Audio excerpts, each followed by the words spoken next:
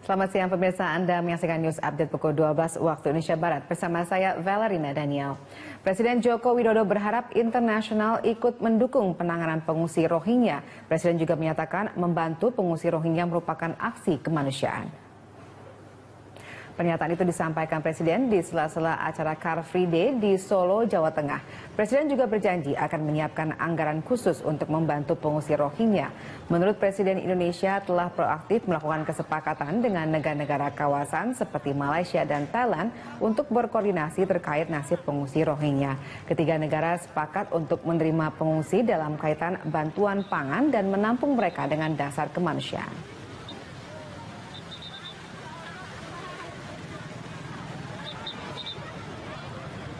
Pengungsi sementara ini kita masih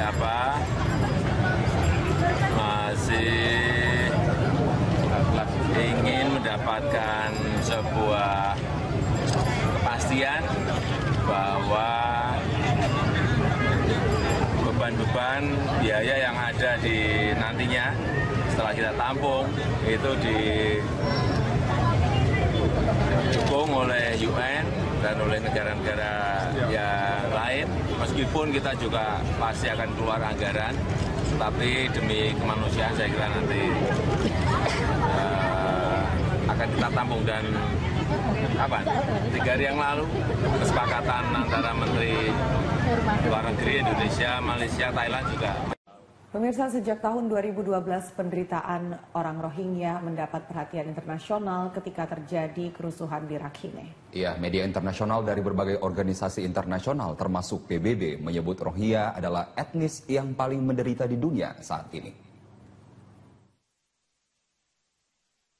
Orang Rohingya adalah kelompok etnis Indo-Arya yang hidup di Rakhine Utara, yaitu di Arakan, Myanmar. Mereka berbicara bahasa Rohingya. Menurut orang Rohingya sendiri dan kebanyakan ahli, mereka adalah penduduk asli Rakhine. Sementara sejarawan lain mengklaim kaum Rohingya bermigrasi ke Myanmar dari Bengali pada masa awal pendudukan Inggris di India. Dan gelombang terakhir datang ke Myanmar setelah kemerdekaan Myanmar tahun 1948 dan pemisahan diri Bangladesh dari Pakistan pada perang tahun 1971. Sampai dengan tahun 2013, sekitar 735.000 orang Rohingya tinggal di Myanmar. Sebagian besar dari mereka tinggal di kota-kota di Rakhine, di mana populasi mereka mencapai 89 hingga 98%. Menurut organisasi internasional dan media internasional, kaum Rohingya adalah etnis yang paling menderita di dunia. Saat ini, banyak orang Rohingya melarikan diri ke ghetto dan kamp pengungsi di Bangladesh maupun ke daerah-daerah di sepanjang perbatasan Thailand dan Myanmar. I pray to Allah, I am going to other country and get a job, then earn money and save my family. Lebih dari 100.000 orang Rohingya tetap tinggal di kamp-kamp di Myanmar. Mereka dinyatakan sebagai orang-orang yang tidak mempunyai tempat tinggal dan tidak diizinkan keluar dari Myanmar. Nasib kaum Rohingya mendapat perhatian internasional sejak terjadi kerusuhan di Rakhine tahun 2012.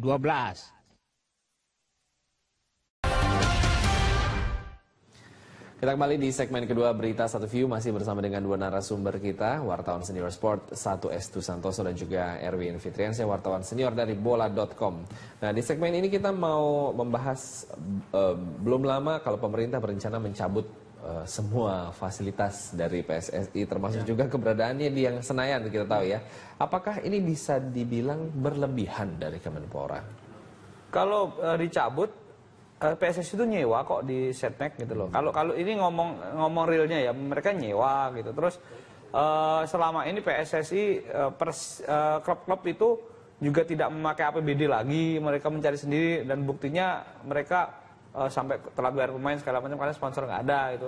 Mereka benar-benar lepas dari APBD. Mungkin beberapa masih ada menggunakan APBD, tapi itu kecil. Kecuali tim amatir ya memang menggunakan APBD.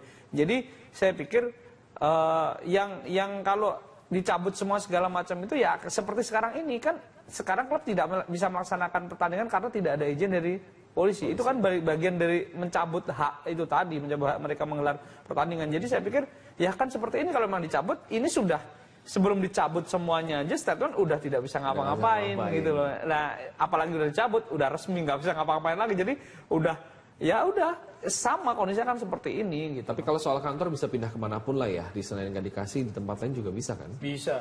Sebelum di kantor yang sekarang yang besar yang bagus itu kan PSSI berkantor hanya beberapa puluh meter dari situ, tempatnya kecil, nggak sebesar yang sekarang yang bagus dan habis direnovasi itu. Jadi kalau misalnya kantor istilahnya disegel dan PSSI diusir, masih tetap bisa berkantor di tempat lain. Tapi esensinya kan nggak seperti itu. Ini kan kalau kita ngelihat kan ini seperti show of power lagi dari pemerintah setelah membekukan PSSI. PSSI udah susah. Saya bukan bantuin PSSI ya. PSSI sudah susah keadaannya, PT Liga juga udah susah keadaannya karena semuanya dibekukan, mereka nggak bisa ngapa-ngapain.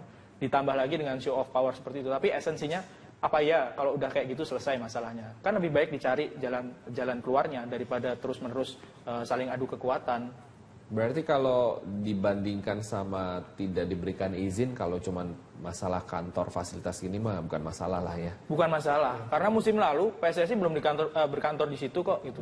Yang menjalankan kompetisi kan PT Liga di bawah PSSI. Ya. Kantornya lebih kecil, lebih sederhana karena kantor sementara, nggak masalah, kompetisi tetap jalan. Oke, nah gini, sepak bola dikatakan sebagai sarang mafia lah, pengaturan skor lah, koruptor, bahkan juga ada klub anggota yang dituding praktek money laundering. Nah, setujukah Anda berdua dengan hal itu? Kita tidak bisa tutup mata itu ada. Tapi masalah yang penting kan sebenarnya kalau dari kemarin kita juga sebenarnya ada semacam warning ya buat PSSI waktu itu untuk memberikan laporan keuangan secara terbuka segala macam. Nah, masalahnya di tahun yang lalu dan tahun sekarang itu kebijakan negara berbeda-beda. Artinya mungkin kebijakan negara sama, tapi pelakunya melakukan hal yang berbeda. Tahun lalu BOPI juga seperti ini, tidak memberi izin, tapi akhirnya melunak dan memberi izin. Yeah. Nah, kenapanya itu tidak jelas. Sekarang ngotot nggak berizin. Tapi kalau ngomong lagi ke ranah yang lebih luas, tahun lalu presidennya bukan yang sekarang gitu loh. Nah, sebenarnya itu tadi, ini faktornya. Sekarang mau ditegakkan yang benar-benar termasuk itu tadi masalah money laundry, pengaturan skor segala macam, transfer pemain yang katanya uangnya kemana-mana gitu, kan ada tim audit segala macam. Nah, kembali lagi kalau mau ditegakkan itu, ini contoh-contoh kecil lah. Satu tim, misalnya tim Persija misalnya, tim Persija itu punya pengelola, ya pengelola ini di audit gitu loh. Nah di audit bahwa mereka hasil keuangannya seperti ini dan nah tetapi jangan mematikan Persijanya, pengelolanya yang kalau dipersalahkan ya pengelolanya ini dipersalahkan gitu. Jadi artinya segala macam itu ada BPK, ada KPK, ada segala macam lah ya. Itu bersinergi itu dengan disesuaikan dengan sistem keolahragaan dan rule dari statuta FIFA PSSI itu sebenarnya itu digabungin gitu loh. Tapi dari semua ini nggak pernah ngobrol ketemu untuk bikin sinergi gitu loh. Iya, jadi harus memang ketemu dulu. Pendapat Anda, Mas? Iya, sederhananya gini aja. Kalau katanya ada money laundry, katanya ada suap, katanya ada pengaturan skor, buktikan aja gitu loh. Jadi kalau misalnya ada pihak-pihak yang bilang seperti itu, harusnya PSSI, misalnya PSSI yang mau membela diri, silakan terbuka, silakan periksa kami. Pihak yang menuduh itu silakan buktikan gitu. Kalau kita sama-sama mau maju. Kalau soal pengaturan skor udah kejadian musim lalu PSIS. Soal suap udah kejadian di Surabaya, ada mantan pemain yang ketangkep mau nyuap tim. Nah itu kan sebenarnya sudah ada bukti. Kita nggak tutup mata, memang ada. Tapi memang harus dibuktikan dan diusut secara tuntas. Jangan cuma kroco-kroconya aja yang ditangkap. Berarti penegakan hukumnya sebetulnya yang harus lebih ditekankan lagi? Oh iya, di negara-negara seperti Vietnam itu pemainnya dihukum di penjara. Aktor-aktornya dihukum di penjara, bahkan kalau di Cina atau di Korea Utara atau di negara-negara yang keras itu bisa sampai dihukum mati. Mereka-mereka yang berkepentingan, mereka yang jadi aktor intelektualnya. Dihukum benar-benar ya? Iya, benar-benar dihukum. Nah, berbicara mengenai hukuman nih, tadi masih seputar sepak bola juga. Kalau Indonesia benar-benar diberikan sanksi oleh FIFA, sebetulnya siapa yang dirugikan dalam hal ini? Kalau sanksi FIFA itu sebenarnya kita yang pasti kita secara internasional tidak bisa ngapa-ngapain. Tapi kalau ngomong kita dibekukan, tetapi ada perbaikan, kompetisi masih bisa jalan walaupun tidak bisa main di level Asia. Nah, yang dirugikan tentunya kondisi ini adalah Yang pasti kita nggak bisa nonton timnas kita di level internasional. Itu yang terdekat kita SEA Games yang udah persiapan tiba-tiba gagal. Oh, itu berarti juga failed. Ya, karena SEA Games mulai awal bulan depan, sanksi ini bisa turun tanggal 30. Jadi udah, misalnya udah sampai Singapura nih mau SEA Games, pulang lagi aja, nggak bisa. Rugi secara psikologis pasti pemain, rugi yang paling dekat ya gitu. Belum lagi kita ke kualifikasi Piala Dunia dan Piala Asia itu mulai bulan depan, itu pasti akan rugi gitu loh. Kalau pemain kita yang main di luar negeri sih nggak masalah, cuma timnas kita tidak bisa main di internasional. Gitu. Levelnya jadi nggak bisa dimasukin ya. Nah, kalau Mas Erwin sendiri melihat apakah benar ini kemungkinan, nggak tahu ya dari penerawangan lah, dari hasil analisanya seperti itu. Apakah benar-benar nih bakal jatuh sanksi atau mereka akan bertemu sebelum tanggal 29 tadi? Kalau soal jatuh sanksi masih tanda tanya ya, karena kita harus tunggu sampai tanggal 29 ada Kongres FIFA, PSSI juga diundang ke sana, apakah ada sanksi atau enggak. Tapi kalau dari pengalaman kemarin-kemarin, ketika konflik kemarin, sanksi itu nggak jatuh.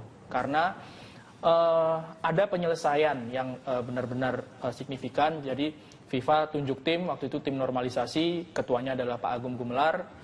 Mereka ditunjuk oleh FIFA, jadi bukan ditunjuk oleh pemerintah Indonesia waktu itu, ditunjuk oleh FIFA, ini selesaikan masalah sepak bola Indonesia. Indonesia nggak diberi sanksi.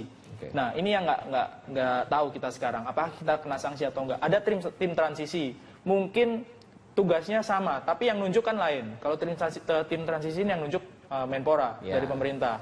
Nah, Menpora juga punya rencana untuk menemui FIFA tanggal 29 ketika kongres itu digelar. Tapi masalahnya di sini, apakah FIFA mau menerima tim transisi ini? Menpora sih bilang akan ada surat atau pemberitahuan bahwa ini ada tim yang akan menjelaskan segala macam masalah di Indonesia. Tapi tergantung FIFA-nya juga. Ya, tergantung FIFA-nya gitu. Nah, kalau benar nanti SEA Games Asian Games, kan itu berbicara Asian Games loh. Itu berarti juga terancam juga atau gimana? Kalau misalnya Asian Games itu dimainkan di sini dan kita misalnya disanksi ya, sepak bola bisa tetap digelar, tapi Indonesia nggak boleh main. Itu mungkin kemungkinannya. Kalau untuk yang terdekat sih, seperti yang Estu bilang tadi, SEA Games itu awal bulan depan di Singapura. Dan itu juga ada, bukan cuma tim senior atau U23 saja. Tim-tim junior yang akan main di U16, U14, ini kita nggak bisa semua. Tapi aneh juga tuan rumah Asian Games malah nggak ikutan. Iya. Kita nggak usah ngomong Asian Games dulu deh. Yang paling deket adalah Piala AFC. Kita udah ke 16 besar loh, Persib dan Persipura. Dan pasti mereka mati. Mereka hari Selasa main 16 besar.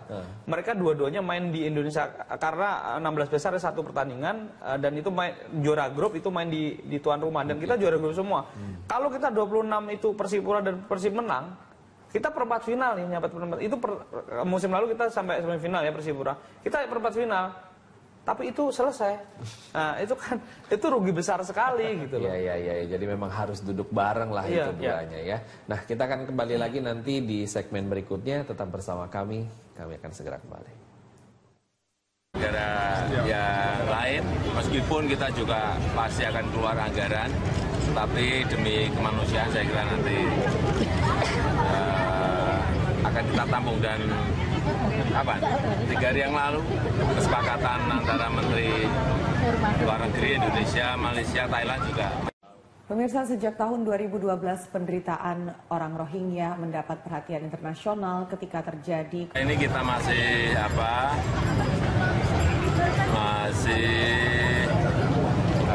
ingin mendapatkan sebuah kepastian bahwa beban-beban biaya yang ada di nantinya setelah kita tampung itu didukung oleh UN dan oleh negara. Selamat siang pemirsa, Anda menyaksikan News Update pukul 12 waktu Indonesia Barat bersama saya Valerina Daniel. Presiden Joko Widodo berharap internasional ikut mendukung penanganan pengungsi Rohingya. Presiden juga menyatakan membantu pengungsi Rohingya merupakan aksi kemanusiaan. Pernyataan itu disampaikan Presiden di sela-sela acara Car Free Day di Solo, Jawa Tengah. Presiden juga berjanji akan menyiapkan anggaran khusus untuk membantu pengungsi Rohingya. Menurut Presiden, Indonesia telah proaktif melakukan kesepakatan dengan negara-negara kawasan seperti Malaysia dan Thailand untuk berkoordinasi terkait nasib pengungsi Rohingya. Ketiga negara sepakat untuk menerima pengungsi dalam kaitan bantuan pangan dan menampung mereka dengan dasar kemanusiaan.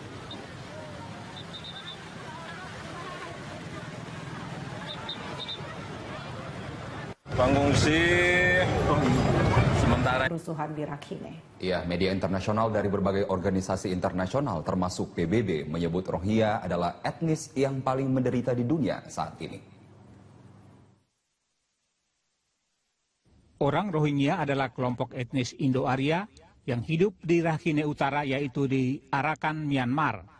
Mereka berbicara bahasa Rohingya. Menurut orang Rohingya sendiri dan kebanyakan ahli, mereka